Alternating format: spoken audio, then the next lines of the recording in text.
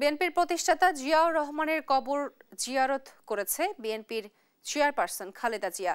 এ নিয়ে আরো জানাতে সেখান থেকে যুক্ত হচ্ছেন সহকর্মী তারেক মাহমুদ সুজন। সুজন, খালেদা জিয়া কতক্ষণ ছিলেন সেখানে এবং সেখানকার বিস্তারিত কি পরিস্থিতি জানাবেন আমাদেরকে? যেমনটি জানেন, দীর্ঘ প্রায় ৮ বছর পর আজ বিএনপি চেয়ারপারসন বেগম খালেদা জিয়া সাবেক শহীদ রাষ্ট্রপতি জিয়াউর রহমানের মাজার জিয়ারত করেছেন এবং মোনাজাত করেছেন এবং দোয়া করেছেন। কিছুক্ষণ আগেই কিন্তু তিনি তার যে গাড়িবহর এই জায়গাটি ত্যাগ করেছেন এবং এই জায়গাটিতে কিন্তু তার এই দীর্ঘদিন পর শহীদ রাষ্ট্রপতি জিয়াউর রহমানের মাজার জিয়ারত উপলক্ষে তার আশাকে কেন্দ্র করে কিন্তু নেতাকর্মীরাও কিন্তু বিভিন্ন জায়গা থেকে এসেছে এবং তারাও স্লোগান উচ্ছ্বাস এবং নির্বাচনকে সামনে রেখে তারা এটিকে একটি নতুন মাত্রা যোগ করবে সেটি বলছেন। আমরা যদি কয়েকজন নেতাকর্মীর সঙ্গে কথা বলি, আপনি কি মনে করেন আজকে বেগম খালেদা জিয়া দীর্ঘদিন পর এই জায়গাটিতে এসেছে জিয়াউর রহমানের মাজার জিয়ারত করতে, আপনারা বিষয়টাকে কিভাবে দেখছেন? ধন্যবাদ আপনার প্রশ্নের জন্যে।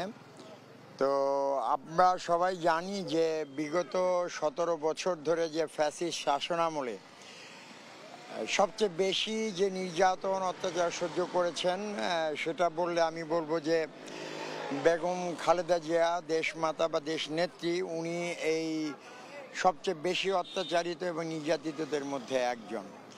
উনি এই বয়স্ক বা পৌর একজন মহিলা যাকে তার বাড়ি থেকে স্মৃতি বিজড়িত স্বামী সন্তানের স্মৃতি বিজড়িত বাড়ি থেকে উৎখাত করা হয়েছে, মিথ্যা মামলায় তাকে জেল খাটতে হয়েছে, অসুস্থ অবস্থায় ছিলেন, সুচিকিৎসার জন্য বিদেশে যেতে দেওয়া হয়নি, তার সন্তান মারা গিয়েছে এবং তার বড় পুত্র আমাদের নেতা তারেক জিয়া, তাকে বিদেশে প্রহসনমূলক মামলায় রাখা হয়েছে। তো এত অত্যাচার, এত যে অবিচার এবং অন্যায় সেগুলো স্বীকার করে তিনি তারপরেও উনি এখানে ছিলেন, কারণ উনি আপসীন নেত্রী এবং উনি যেটা বলেন যে আমার এ দেশ ছাড়া আর কোথাও আমার থাকার জায়গা নেই, এটাই আমার দেশ। তো এটা একটা বিরাট চেতনা, আপসীন চেতনা।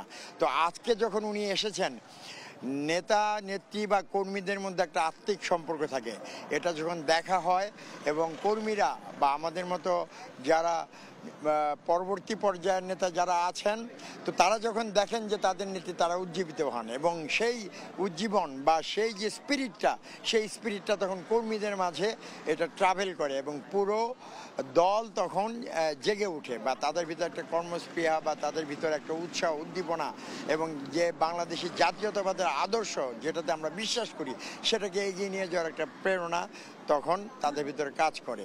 তো আমি যেটা বলবো, আমার এলাকা হচ্ছে সারেকান্দি সোনাতলা, আমার নির্বাচনী এলাকা। সেখানকার জনগণ যেমনটি বলছিলেন যে এই বেগম খালেদা জিয়ার আজকের এই আগমনকে কেন্দ্র করে নেতাকর্মীরা কিন্তু নতুনভাবে উজ্জীবিত হবে এবং তিনি সামনে নির্বাচনকে কেন্দ্র করে এই তার যে রাজনৈতিক কর্মসূচি সেগুলো কিন্তু দলকেও নানানভাবে সামনের দিকে আরও এগিয়ে নিবে, এমনটি কিন্তু তারা বলছেন। তো এই ছিল জিয়া উদ্যান থেকে আমার কাছে সবশেষ।